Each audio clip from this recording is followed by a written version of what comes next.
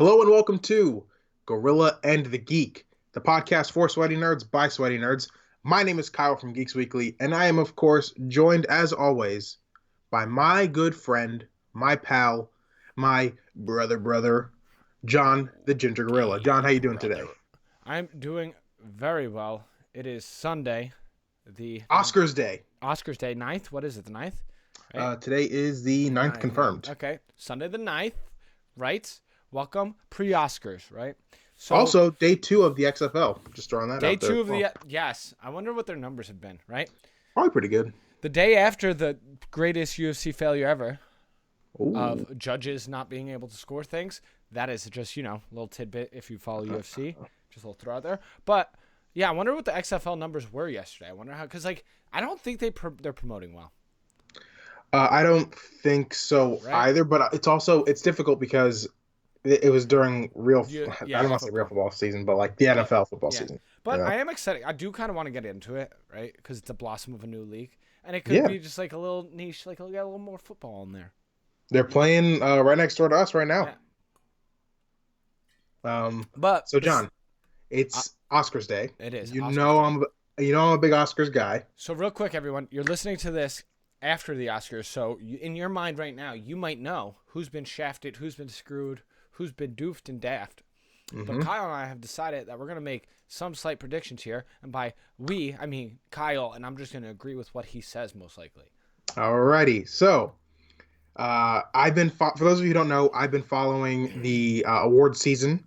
I know who's won certain awards. I know what campaigns have been doing. And I believe I have some picks and maybe some hot takes as to who's going to win. So we'll start off with the biggest award of the night, Best Picture. Best Picture. The favorite, and probably the betting favorite too, if there's bets placed on the Oscars at all. The betting favorite is 1917. I'm pretty sure. Go on. I need to Google. I'm Googling right now as you do this. What if there's betting odds? Yeah. Okay. But I believe the Best Picture winner will be John and my favorite movie of last year. Or not favorite, but best movie of last year, Parasite. That is my prediction as for who's going to win tonight for Best Picture. Nice. Along with that, okay. I got betting odds. Best Picture. Okay. Yes, I'm so excited. So who's betting favorite? So yes, betting favorite is 1917. Parasite is second with a plus 275. Then it goes Once Upon a Time in Hollywood, Joker, Jojo Rabbit, Irishman, Little Woman, Marriage Story, and last but not least, Ford v Ferrari. Yes. Look. Go ahead. Was 1917 a good movie? Yes. I would say a great movie. Yes. Was it done extremely well? Amazing. Yeah. But have we seen a war movie before? Yes. Have we heard stories of war before? Yes. Yes. Have we heard a story like Parasite? No. Have we gotten the cultural impact of that Parasite has given us? No. Parasite's unique. It's a movie that comes once in a while. Yeah. Unlike 1917 comes once in a while too, right? It's not, the way it was filmed was amazing, but do I think it deserves Best Picture this year? Unfortunately, no. This year had, I'm looking down this list. This year the movies were crazy, and this is one of the best years all decade. I think I've seen, for Best Picture in the Oscars, I think I've seen more movies this year than I've probably ever. And I know you definitely have. Yeah, for sure. You've seen more, right? So you saw 1917, Parasite, Once Upon a Time, Joker, Jojo Rabbit, The Irishman, which I still haven't watched. You didn't see Little Woman. No, which I wanted to, but we never went. Then you watched Marriage Story. Yes. And you didn't see Ford v Ferrari, which I want to watch. Which I might just, because now it's on demand and in the theaters. Oh, I didn't know that. Yeah, they re-released a lot of the Oscar movies in the theaters. Oh, okay. But okay, so boom. So that's my pick for Best Picture. So I want to say that and I'm going in order that the Academy Awards .com has these in. Best actor in a leading role, so male performance. Best actress, no. Best actor, okay. I believe the betting favorite is Joaquin Phoenix for Joker, and I believe he is going to win that award. he is not just a betting favorite by like a little bit. He is a heavy favorite at a -5,000. So Yeah, that is let's crazy. go.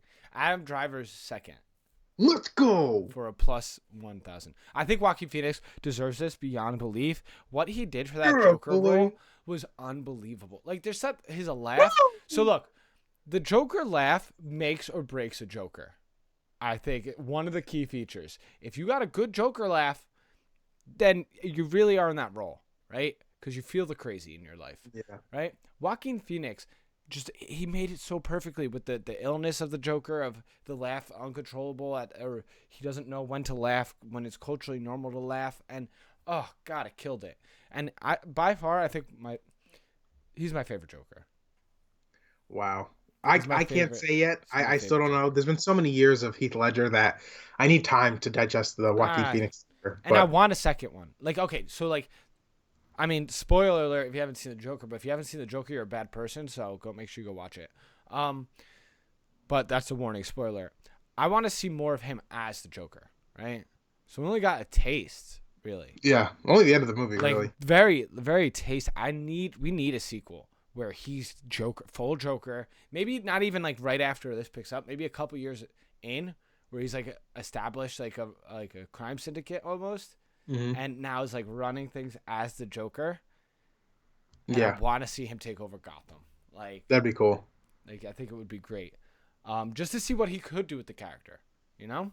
Yeah. No, I agree. That'd be But cool. But I get scared that they're gonna ruin things. But that's another conversation for another yeah. day. Next. Next up on this list is best leading actress. Okay. Now, I'm not sure who the favorite is for this. I'm gonna guess Charlize Theron. Nope. Is it Renee Zellweger? Yes. Wow, for Judy. I didn't even see that What? movie. I don't even know what Judy is. All right, so here's the thing. My favorite performance of last year was Scarlett Johansson from Marriage Story. She is second on these odds with a +1,000. So I'm gonna go with her. All right. That's just who I'm gonna go with. So if you're going by our picks, if you're betting for some reason, if you're betting after the instance because you have a time machine, one bet on whoever you figured out who won. But if you're just listening to us, then go with Scarlett Johansson. Yeah. Next one is this would be the biggest lock of the night. It's actor in a supporting role. The overwhelming betting favorite is absolutely Brad Pitt, and he is definitely going to win this award. Best supporting actor, Brad Pitt, -3,300, Yeah. -4,000, -2,400 on the different sites. Wow. And then it's Joe Pesci. Really? Al Pacino. Wow. Right Al Pacino after him. over Tom Hanks? Tom Hanks is fourth on all these. Oh my gosh. Yeah, is that kind of crazy? That is kind of crazy. Was there Wow. performances in the Irish? Like, I feel like No, they were really good. They were really good. I get they're good. No, But they were really good. When you're one of those people, is it that hard to play an Irish crime boss? No, Or because they an mastered Italian crime. they mastered it. They mastered the craft, yeah. But it's not that hard. For them maybe, but for me, I can't do it. Tom Hanks was Mr. Rogers, yeah. Mr. Rogers. Like that, he was. I think he should get more clout than this. I know. It's weird. He was my favorite supporting role last year, but I just know the way award season has gone, and it's Brad Pitt. He's going to win. All right. Next up is supporting actress. Okay, yes. Now, the person I would go for in this is Scarlett Johansson from Jojo Rabbit. However, I believe the betting favorite is Laura Dern for Marriage Story, and I'm going to say that she's going to win this award. Yes, it is Laura Dern, Marriage Story. She is a heavy favorite. Scarlett Johansson is behind Margot Robbie in Bombshell, behind Florence Pugh. Pew, brother, Pew. That's not a stereotype. That's like a what background is she? She's English, brother. Pew is an English. That is, the Queen's language is so silly. But yeah, no, Scarlett Johansson's fourth on this list. I know, but I love her in Kathy that movie. Bates pulls up the end, which I want to see Richard Jewell. Like, why are some of these movies getting past us like this? This is crazy. The last year was really stacked. It was very heavy. It might have been the best year for film all last decade. It, There's a yeah. case. All right, No, so it really ended out the decade well. next up is the hardest to predict, even though I think that there should be a clear-cut favorite because it's part of the greatest animated franchise of all time, and that is not debatable. Best animated feature film, I believe it should be Toy Story 4, but I could see them going with like, I don't know, like Claws or something, or Yeah. I Lost My Body. They always pull out some random crap with that, but I think Toy Story 4 deserves it for the way they end it. Yeah. How much feels they made grown men have. Yeah. Uh, Cinematography, real quick ones. We don't even have to touch on these. Yeah. Cinematography. Oh, wait, who's the betting favorite for animated feature? Don't have it. It's not on this website. Oh, wow. Yeah. I So, only have Best Director left on here. Okay, cool. So cinematography, I think, is going to be Once Upon a Time in Hollywood. Costume design, I could see it being Once Upon a Time in Hollywood, or no, maybe or Little Women. It might be one of those two. Yeah, Little Women has a lot behind it. 'Cause that's like a period piece, right? Yes. Okay, I'm going to finish off with directing because I haven't seen. Oh, and editing. I'm gonna say maybe Irishman takes that one because 1917 didn't get nominated for it, which is crazy. That's Also, wild. international feature film, Parasite will absolutely win, and if it doesn't, that's an embarrassment. It better. If it doesn't win, that's disgusting. Yeah, then the Academy should be ashamed Yeah, of if themselves. they win, let's say Parasite wins best Best Picture and not best picture. What if it wins both? Would it be the first time an international film wins best picture? Probably.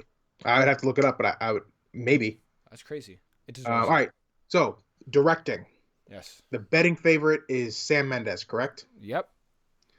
For 1917, for those who didn't know. Mm-hmm. I believe Bong Joon-ho will sneak up behind him and steal this award from him. This is the least favorite that out of any category. That's Sam Mendes.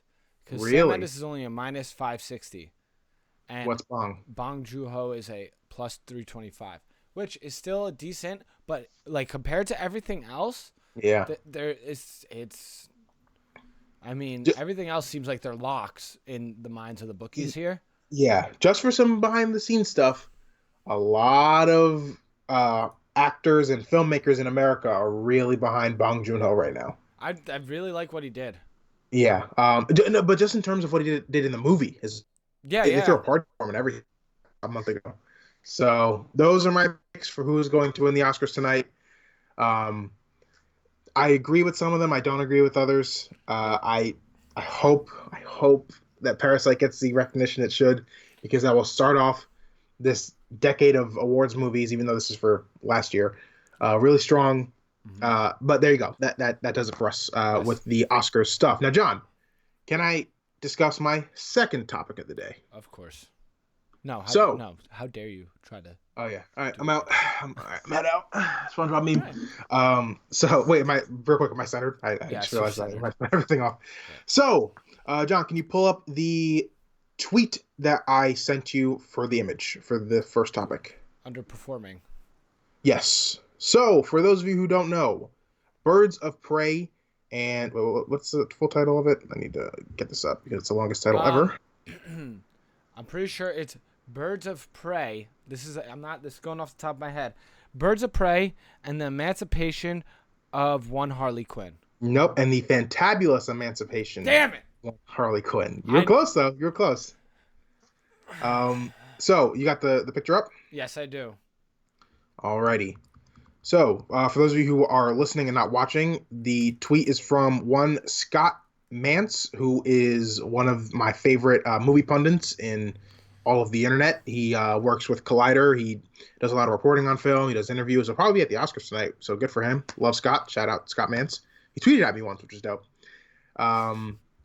And so he tweeted, breaking, #Birds of Prey starring #Margot Robbie is underperforming at the box office. Right. Was projected to open with 45 to 50 million domestic, but will only come in with less than 35 million for the weekend. Reviews are pretty good. So what happened? So, John, we don't have to review the movie. Be on the lookout for Geeks Weekly. Shout out the cheap plugs for a non-spoiler review of this movie sometime this week. So it's your thing. It's Yeah, I know. If you don't plug it, that's just not using your platform Yeah, properly. factuals. So, what I want to know, John, is what do you think contributed to this, if you have any idea at all? Do you have any thoughts on this Well, underperforming? we talked about it a little bit, and the marketing behind this, it was just kind of lackluster, especially for someone when you have someone as charismatic as Margot Robbie and as great of an actress as Margot Robbie. I think you could have done a lot more. Um, Especially after Suicide Squad.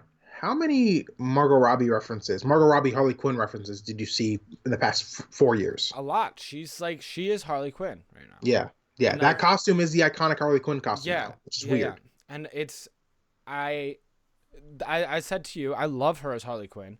It makes the Yeah, character so fascinating. And I mean, just real quick, obviously, I think in this movie she did an amazing job. awesome. Because we did see it. Kyle will be talking about it as we said. But yeah, we just talked about the promotion behind it. It wasn't great. And what I'm hoping, and I said to you yesterday, I hope that it does have a good, like, obviously it only had a decent weekend. It did underperform, but I do hope that word of mouth gets spread and that it has a better second and third weekend, because I would like to see her as Harley Quinn a little more, because I just like the way the DC is running their standalones now. Yes, I agree. Can you bring up the second picture from Rotten Tomatoes that I sent you? Yes. Boom. So just for those of you who are listening and not watching, once again, by the way, thank you to anyone who is listening. I mean, either way, as long as you're Yes. keeping up with the content, we appreciate you. We But love if you. you want to see our beautiful faces, you could always stop by at youtube.com, search Ginger Grill Gaming, or search Grill and the Geek, and you'll find either of it there.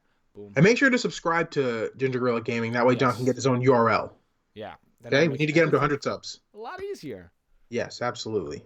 We gotta get to that 100 subs. Mhm. All right. So the tomato meter right now is at an 81%, which And means this is for all the DC Extended Universe, right? what do you mean? This what is this coming? It says, because it says view. Oh no, it just says view collection. This is for the movie, right? Yes, this is for the movie itself. Okay. Sorry, I got confused by the picture. Okay. So the tomato meter on the left of the screen, I believe should be your left, is 81% from critics. The audience Yes. score is 83%. Both good. Both good. The average rating is 6.77 out of 10 for critic rating, which is a positive score. Anything above 5 is positive. Anything below Yes. 5 is rotten. And there's only 49 rotten reviews and 205 fresh reviews. That's pretty good. Yeah. Positive word of mouth through critics, but the marketing campaign, quite frankly, sucked. Margot Robbie only this week came on to Hot Ones to Yeah. do the Hot Ones I interview. I just thought saw that. thought But that I was a think little late. I don't think it's their fault necessarily, because Hot One season started with her.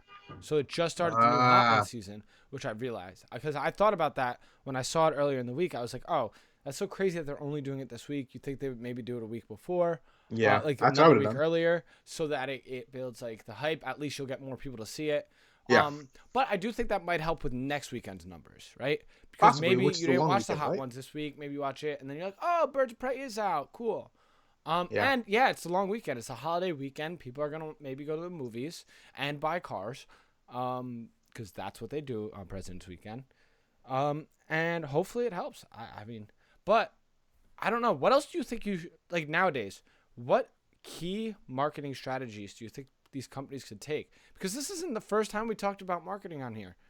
no. But real quick, I'm gonna answer that question in just a second. I want to bring up a stat that I didn't realize. This is now the lowest opening DC movie of the modern era. The Uh, previous one was Shazam with $53 million, not adjusted for inflation. Also, interesting enough, this is from the Hollywood Reporter. I'm going to read direct quote from the article. So far, Birds of Prey is skewing male 53%, according to leading exit polling service PostTrack. CinemaScore, which polls only a smattering of cinemas, smattering, yeah. Okay. shows SAT a words. Google that, kids. Shows a different result, with females making up 51% of its respondents. And 75% of the ticket buyers on Friday were 25 and under, according to PostTrack. Very, very interesting. We I'm not gonna reveal our age actually. Let me chill. Let me chill.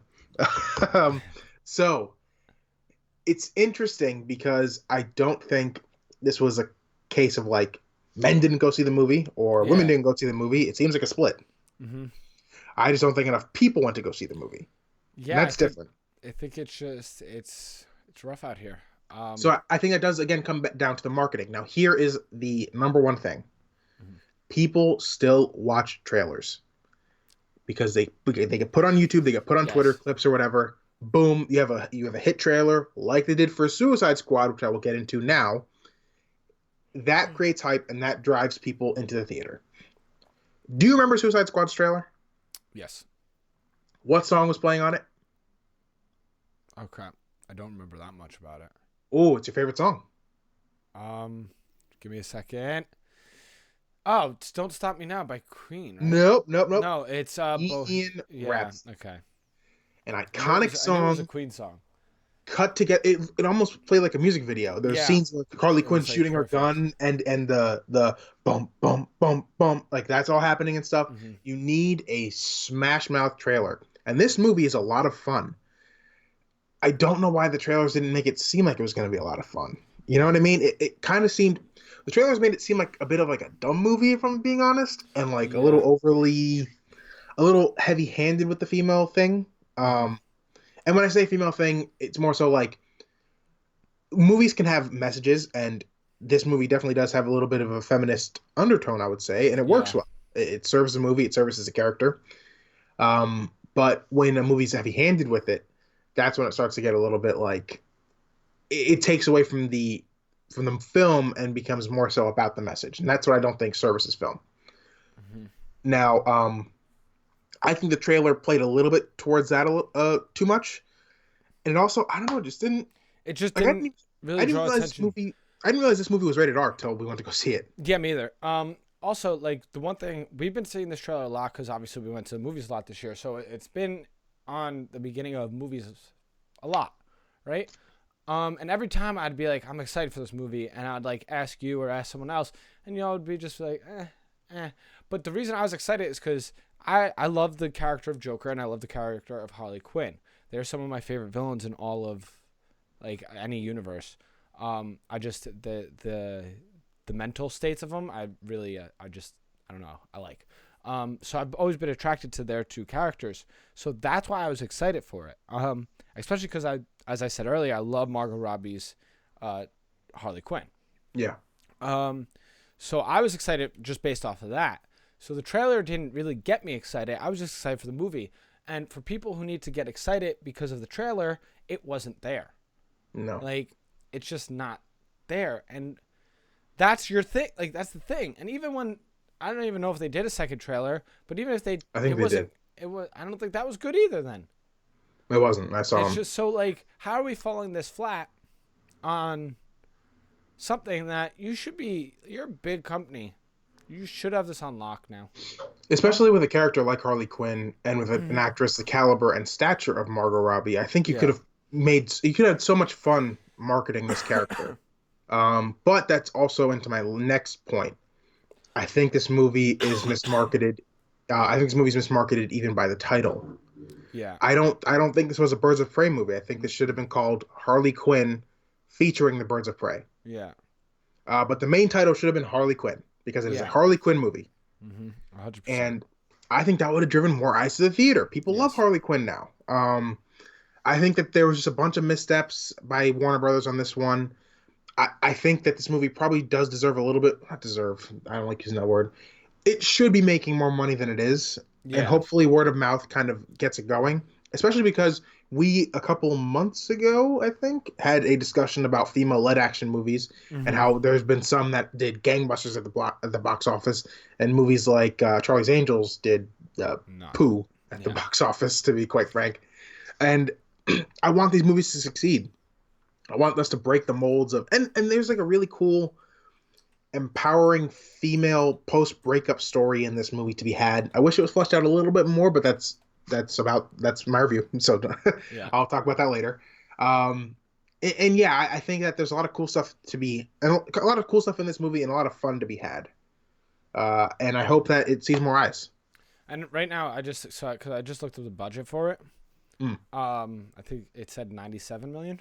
Ooh, So this could, like, if it doesn't get this resurgence, it could be a problem yeah. for that line. Damn, 90 mil. Holy hell. Do you know how much Suicide Squad was? The I'm gonna say over 150. I think it was like, I think it just said 112. What did I not? Yeah, 112. I want to Oh say wow, it was. that's Yeah, right. But I just, I hope it does well because I'd like to see more from her. yeah. I wouldn't mind a sequel to this. Yeah, That's me. and I wish. Damn,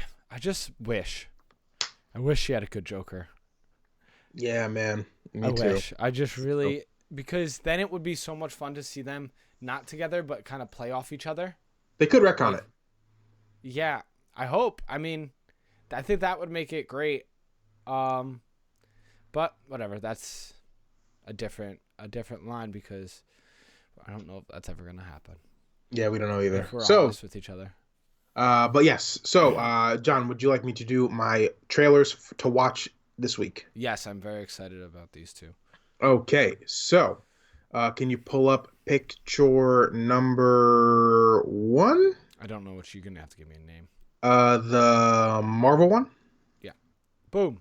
So, Disney. yes. So during the Super Bowl, I believe was the first time they debuted these, or well, the day before because we can't just post trailers on Super Bowl day. We have to Yeah.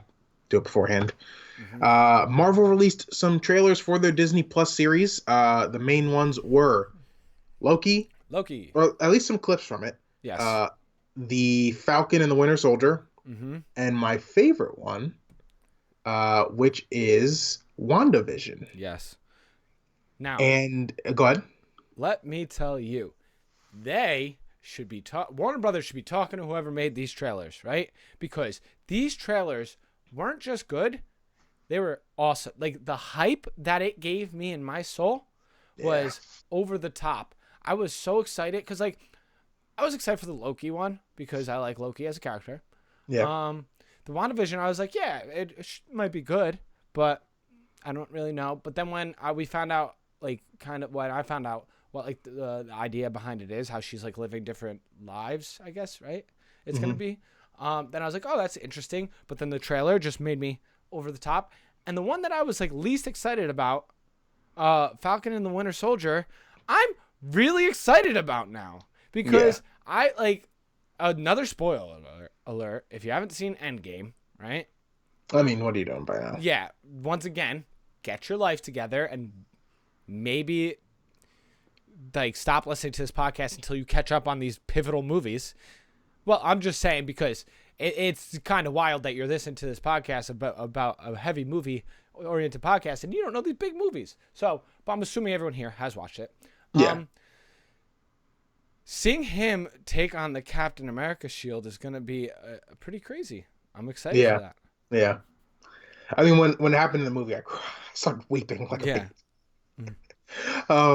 Yeah. No, I'm excited. And the cool thing about these trailers is that they're not long. It's like 40 seconds each, and it drives excitement. It makes me want to buy the subscription service, which I don't have yet. And that's what a trailer should do. It should make you want to pull out your wallet and say, "Here, take it, take my money." Futurama meme. Yes. All right, so that's trailer number one. Well, trailers number one, if you will. But real quick, just wanted to say, I think that like Disney is killing it with these TV shows right now because Mandalorian, which I know you haven't seen yet, Mandalorian was amazing. And I have a feeling that these are going to be great. Like I'm so excited for it, especially because we've lost a bunch of the Marvel content TV shows as of recent. So I'm excited to have those back.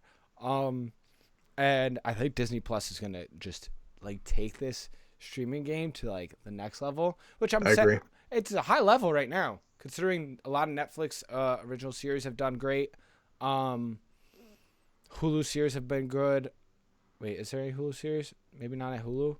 I lied about Hulu, but the Amazon Prime with The Boys and I think Handmaid's Tale's on Amazon Prime, which I haven't seen, but I heard is great. I don't know. I'm just excited. This is going to be, I think we're getting into crazy. I think we're going to start seeing television become more and more like we're really getting to the golden era now of television. We might be, which is really exciting. Yeah. Okay. So, Next trailer trailer. number 2.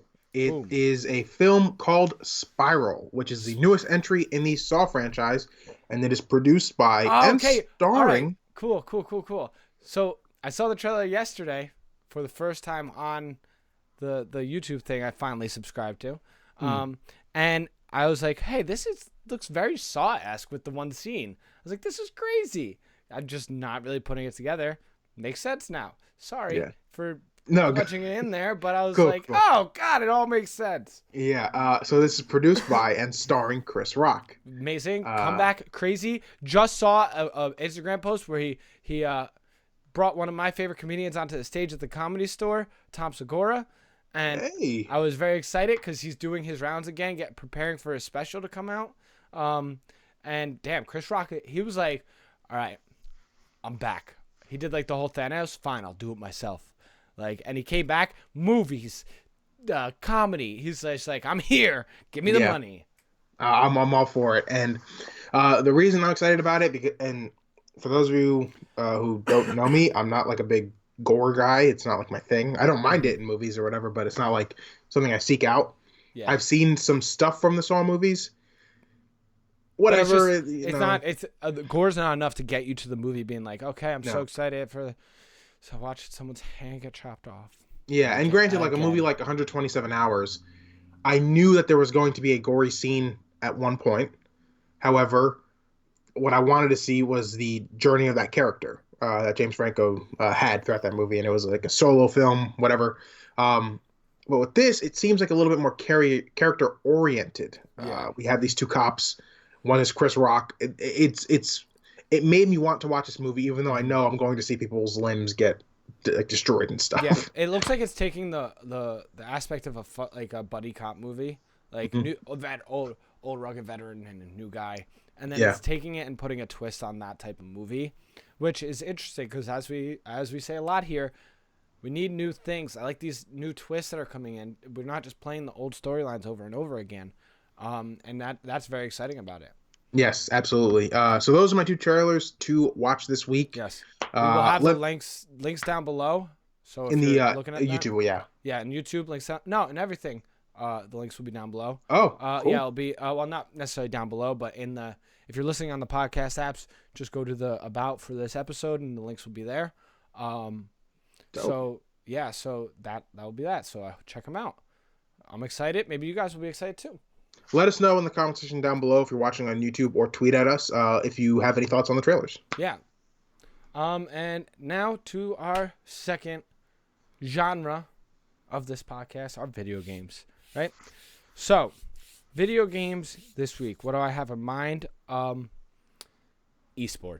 right? Not just esports. I think esports control longevity of video games now. And not necessarily all video games, because obviously there's the video games that are campaign based, storyline based, right? And they do their thing. Esports have no control in that. I'm talking about longevity of competitive video games, like a Madden, let's say, 2K, shooter games, obviously, like Overwatch, strategy games and whatnot. Now, my thing is,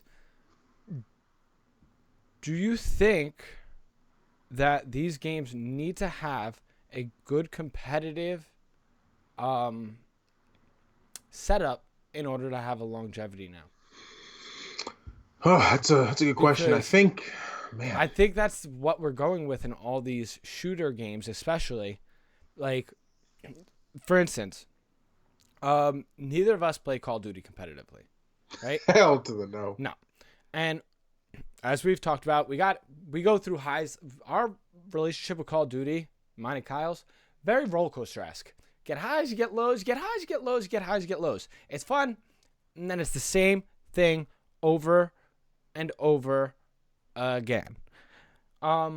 Which I guess could be said about a lot of games, but with Fortnite, I don't get that type of feel. I get the frustration because I feel like I suck sometimes but with the Call of Duty, it just feels like the same thing. Yet, they have longevity because they have COD League, right? So the people who do play competitively have a good format, a good esports league to keep playing in. And even the ones that a lot of people said weren't good Call of Duties had this league to back it up and had a competitive scene behind it, which kept it alive. Now, on the flip side, we have Fortnite, who's had a killer run. Like, crazy run, but as of recent, even this season, after the Black Hole, the last season, which season 10, chapter 1 was just atrocious. Then we had the Black Hole. Then we had the hype of this new season, but it kind of fell flat because of what they're trying to do of refresh it. They don't have, people critique their competitive league a lot for various reasons. I'm not really going to get into, but it is just critiqued a lot. And I think if they get a more solid competitive league, right, brand it proper, I think it could really help the game for the long run necessarily. And I do think that is something that a lot of these games need to have now. So I think that games with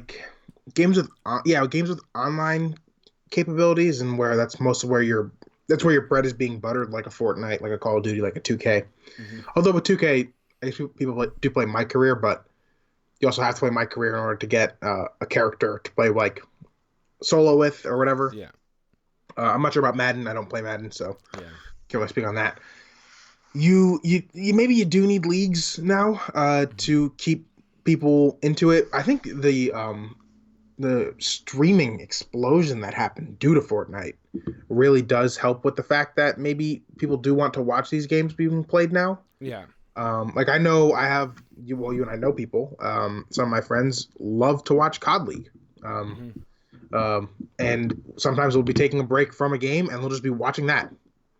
Like they'll be playing Call of Duty, they'll die in Search and Destroy, and then they'll go, okay, while I'm dead, I'm watching COD League. Yeah, and it's that crazy fan base that's keeping Call of Duty alive. Because that's like, okay, so I think like Madden, 2K, Call of Duty to a certain point are these games that come out every year and just get reskinned, right? There we go, yes. And as I said in the past, I do think the new model is almost a Fortnite Apex-esque model where the game's released for free. You could buy a battle pass so that the company could get its money. You get skins. You could get gun wraps where the company could get its money, right? I don't shame companies on any of that because I do think it's a great model because you don't need to buy it, right? You have the game.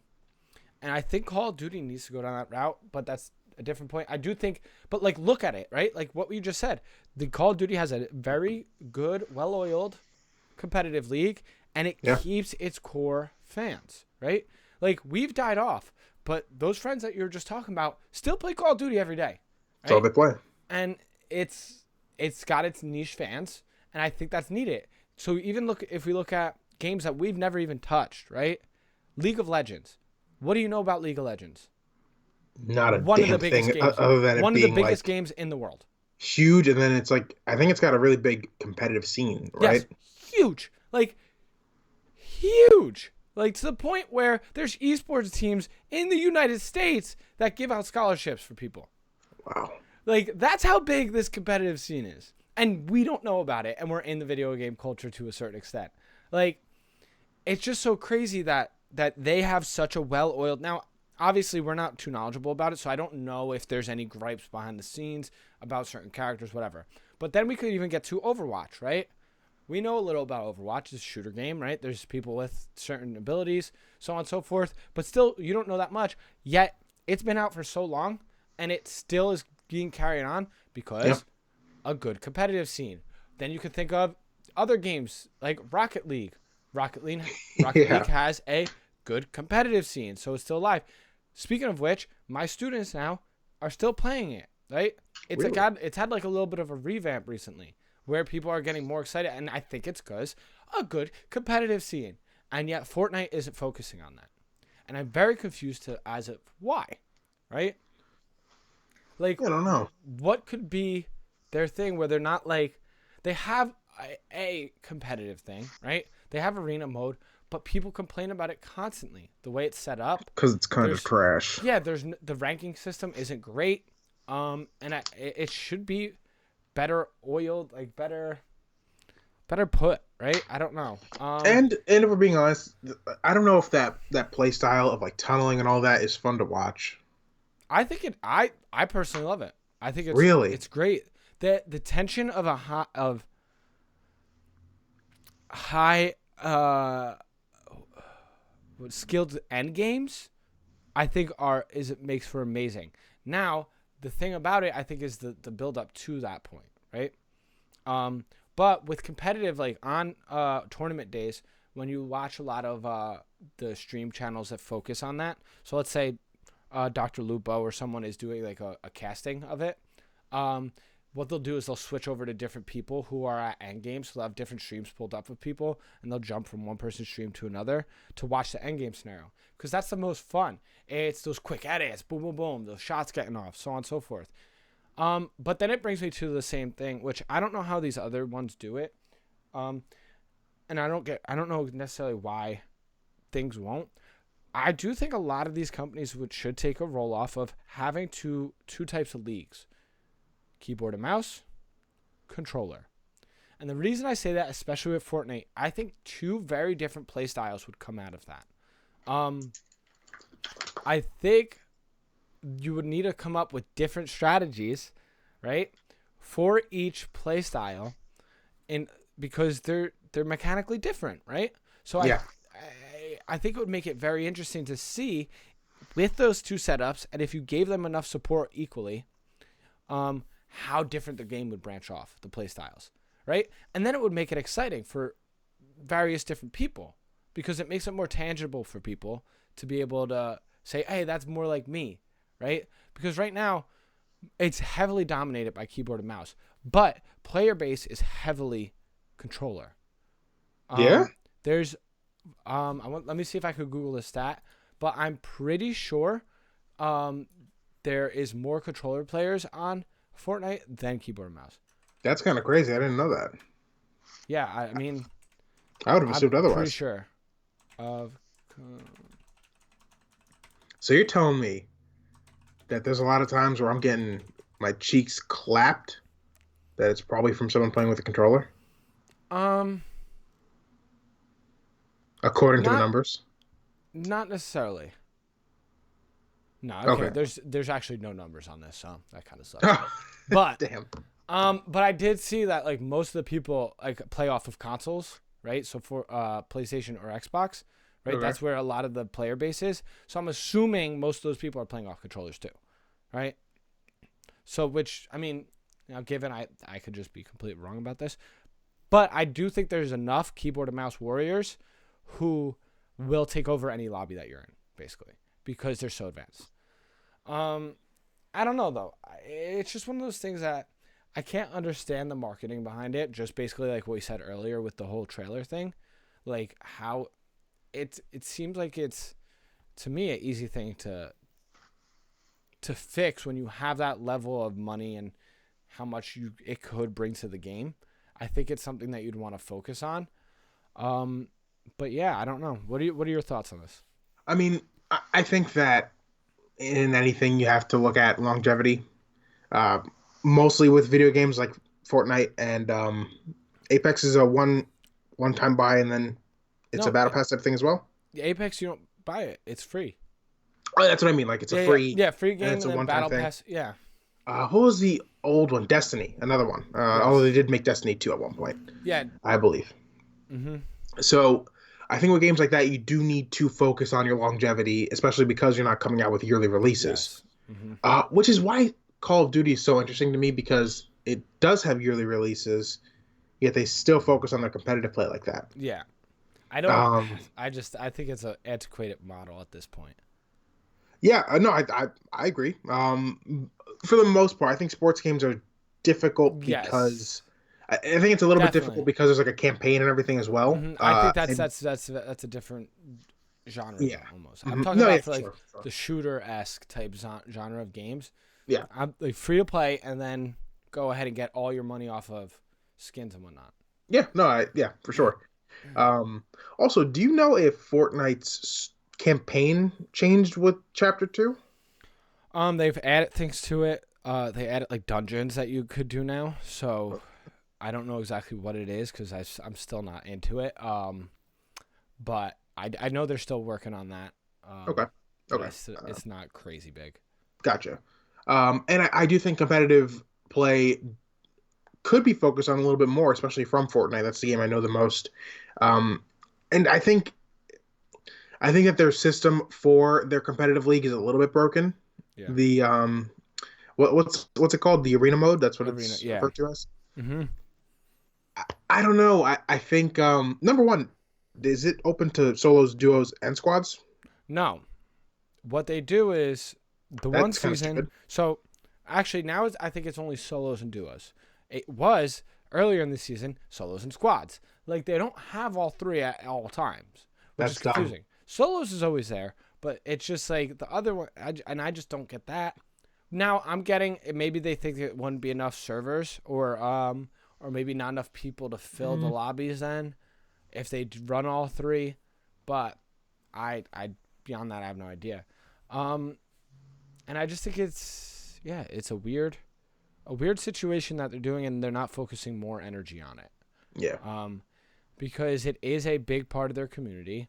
It makes people excited. Yeah. And if you have a great arena mode, then I think that would help with our public games, right? So like just the general games. Like I the think it casual would help out games. I think it would help out a lot with that. Because if your arena or your competitive mode was better, I think more people who are sweats would tend to want to play it more. And then Yeah. which would the general games would or public games would turn out not as difficult for people, right? Because a lot of the sweats wouldn't be there. But that's just me hypothesizing because there is that term pub smashing, which a lot of creators like to do because when they get really good at the game, they like to once in a while go into a public match and absolutely destroy everybody, which is part of the gaming. Like it needs to be there, right? Sure. People need to, Little yeah, corny, but but people sure. need to be put in their place once in a while because you're like, I didn't put all this work in not to stunt on people. Sure. Sure. Sure. Understandable. Um, but I just it's something I really hope they do work on, and I However, think real quick, yeah.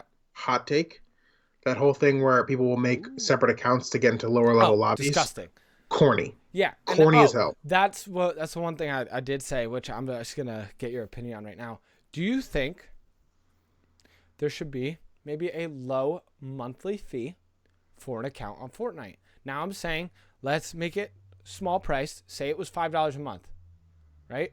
Take that price away from the battle pass. So lower the battle pass price. You Okay. have to pay for an account though, right? So let's say if it was $5 a month for an account, one, it would help the company. It would still bring more revenue in, but maybe take $10 off the battle pass, right? Okay. Because then people would still buy your battle pass, and it would stop a lot of the people making all these alt accounts. I mean, that's just a thought, but I also don't even know if the alt account problem is that big of a problem that it's necessarily something that needs to be fixed like that. Yeah, Um, I'm not sure what the numbers are on that. I'm also wondering how much it would hurt the player base. Yeah, Type of thing. I think it could possibly hurt the player base, especially because it's marketed as a free game. Number one. Number Yes. two, um, I know with 2K the amount of accounts people make, and you have to put if you want your player to be good right away, you're putting $40 into the game, Yeah. like off rip. The people will spend over $100 on the game because not including buying it. By the way, I'm pointing at my TV because they're behind me. Um, not including just buying it, like $100 on multiple characters Yeah. every year. So I think there's a possibility that that wouldn't even help, Mm-hmm. unfortunately. But I don't know. The thing with Fortnite is they try new things every season, and I commend them for it. Did my lighting just change for some reason? That's weird. It may, but it's not that bad. Yeah. I think that the thing is sometimes that they try for something and then they Mm-hmm. leave it that way for too long when it doesn't work. Yeah. They don't listen to the audience enough, which I do think there needs With to be that fine frequency. line. Yeah, there needs to be the fine line of when to listen to an audience about something and when not to. And I get it's hard. But when you're like with the whole Max thing going back to the past, everyone was so vocalized about how these were horrible, and they just kind of stuck to the guns of keeping them in the game, and I think that hurt a lot because that's where the turn started going, right? But they're going along the right path. They added launch pads back. Thank God. So we are getting along this path of finally getting the more rotation, the better, like. So I am excited to see. We have. Wait. Oh crap! Holy crap! Do you know what I just realized? Next podcast, we will have a lot to talk about.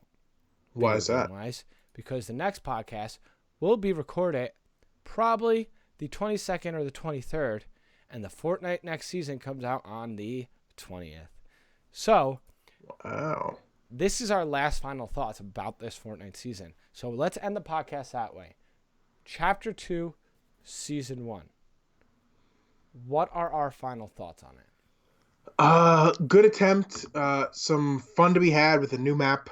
Yes. I like the new weapons that they put into the game. I like the addition of the upgrade machines rather than the vending machines. I like those better. I think they added a lot of cool key features.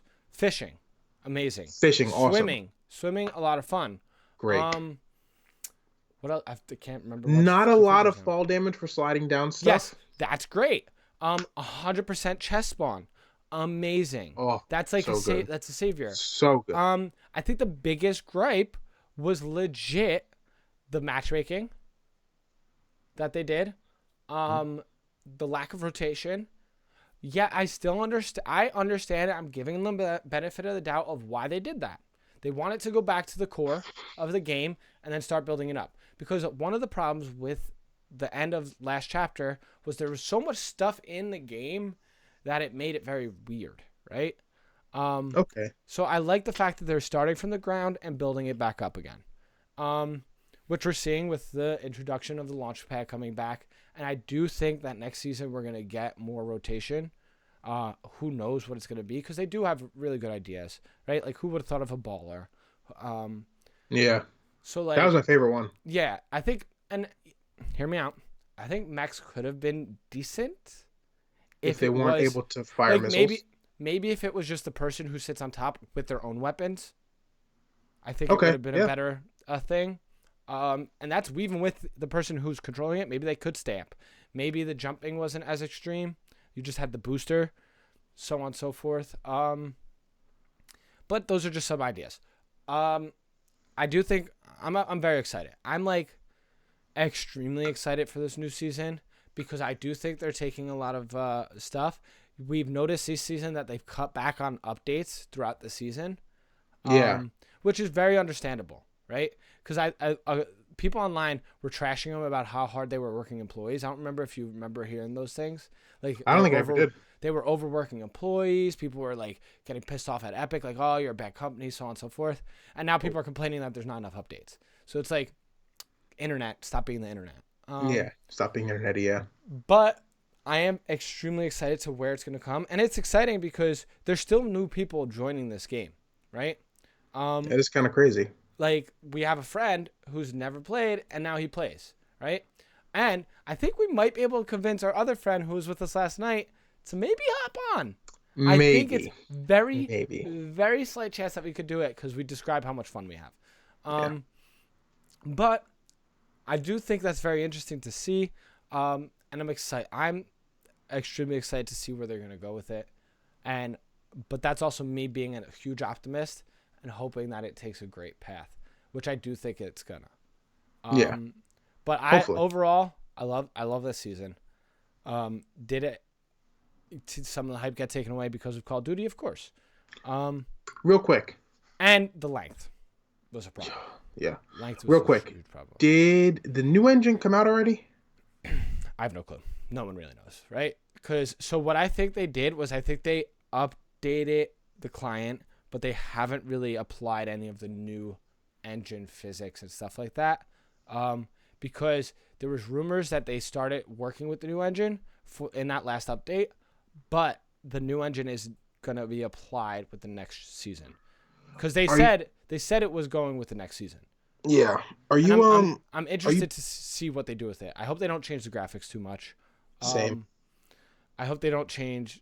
Some of the physics could be reworked because we do have problems with like trees and Yeah. not builds being built under the ground.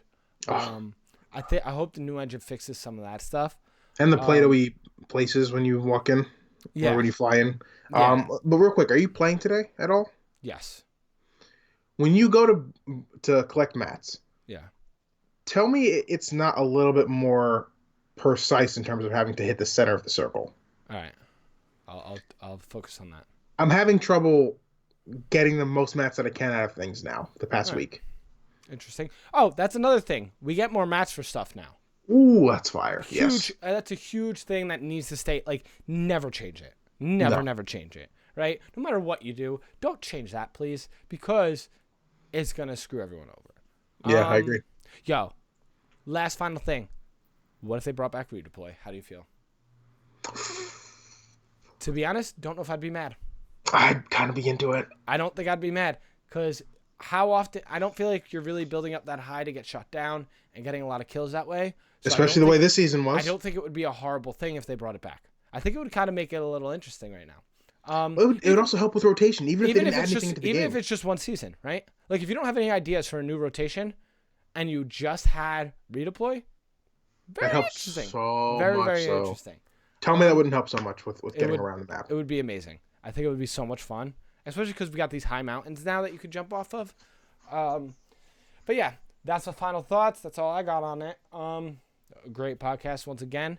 Everybody, once again, tell your friends, tell your family, tell your family's friends. If you like this podcast, you know someone else who might like it, please spread the word. That is our biggest way to grow here. That's the best way to grow a podcast and the community that we are trying to build of nerds and geeks, right? We like to sweat about topics that we're passionate about, and we would like to sweat with more people. You're actually not sweating now. The one time Kyle's not sweating. This is ridiculous, okay? That's such... Damn it. But spread the word. Follow our socials if you are inclined. Check out the stream, mixer.com/Ginger Gorilla. Ginger Gorilla Gaming on Instagram, Ginger Gorilla Gaming, or just Ginger Gorilla on Twitter. You can search either and it will come up. YouTube, Ginger Gorilla Gaming, if you're not watching on there. Once again, drop follows on those things if you're so inclined. Drop a follow on the YouTube page. And Kyle, where can the people find you? You can find me on YouTube, youtube.com/geeksweekly. That is 2 words on YouTube as well if you want to search that. You can find me on Twitter and Instagram at BuffCharmander. And yes, if you are seeing this from my socials or whatever, definitely go check out John's content, especially if you're into gaming, especially if you're into rage content. That is my favorite stuff that John does. Even though I bash him for it a little bit, it's all good fun. It makes me laugh every single time.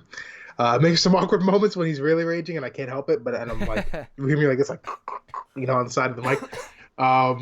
You can check me out on his stream sometimes too, in terms of my voice. Sometimes you'll hear this seductive, sultry sounds of Kyle from Geeks Weekly on the Ginger Gorilla stream. Yes. And yeah, thank you all again. Anyone that listens and or watches our stuff, we appreciate you so much. Yes. We put in a lot of work to this podcast, even though it's very bare bones, as you can see and or hear. But we're learning as we're going. About. Yeah. And it's something that we want to build, but we're just going to keep doing it. We're going to keep putting out great content. Kyle's reviews are going to keep coming out. My streams will keep being there. Clips all over the place. I got some great ideas for the YouTube channel. I think Kyle and I have some things I want to talk about him with his movie talking over there. I think could be fun. And I'm very excited for our future as always. But once again, this is Gorilla and the Geek. Kyle, say peace out, everybody. Thank you, and see you later, everyone. Peace.